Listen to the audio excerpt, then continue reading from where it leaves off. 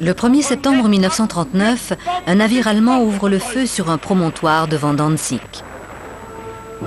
Sans déclaration de guerre, les armées allemandes pénètrent en Pologne.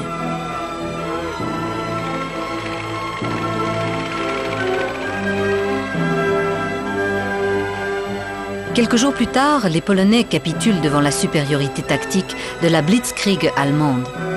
C'est pour Hitler le début de la conquête vers l'Est de l'espace vital.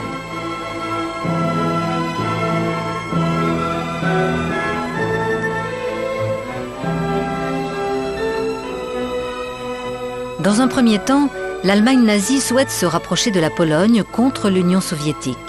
Les deux pays signent en janvier 1934 un pacte de non-agression. Contre le rattachement de Danzig au Reich, Hitler promet à la Pologne des territoires en Ukraine soviétique. En mars 1939, le gouvernement polonais refuse d'entendre parler d'un retour de Danzig à l'Allemagne. Il est soutenu par la Grande-Bretagne et la France qui garantissent ses frontières. En riposte, Hitler dénonce l'accord anglo-allemand sur la flotte et le pacte de non-agression avec la Pologne. Il dira ainsi au commissaire de la Société des Nations à Danzig, Karl Burkhardt, « Ce que j'entreprends est dirigé contre l'Union soviétique. Si l'Ouest est trop aveugle pour le comprendre, je serai contraint de m'entendre avec les Russes, de vaincre l'Ouest avec eux, puis de rassembler toutes mes forces pour me retourner enfin contre eux. » Le rapprochement avec l'Union soviétique ne tarde pas.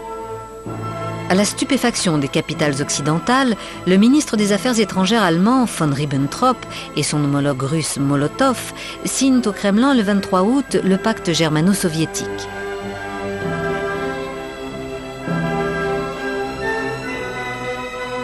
Un accord qui définit aussi les sphères d'influence des deux pays en Europe centrale et orientale et règle le partage de la Pologne entre les deux États.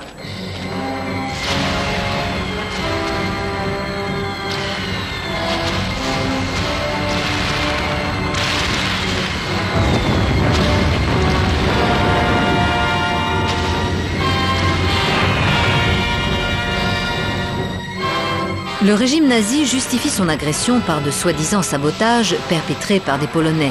C'est un nouveau mensonge. 2 jours après l'attaque allemande, la France et la Grande-Bretagne déclarent la guerre à l'Allemagne.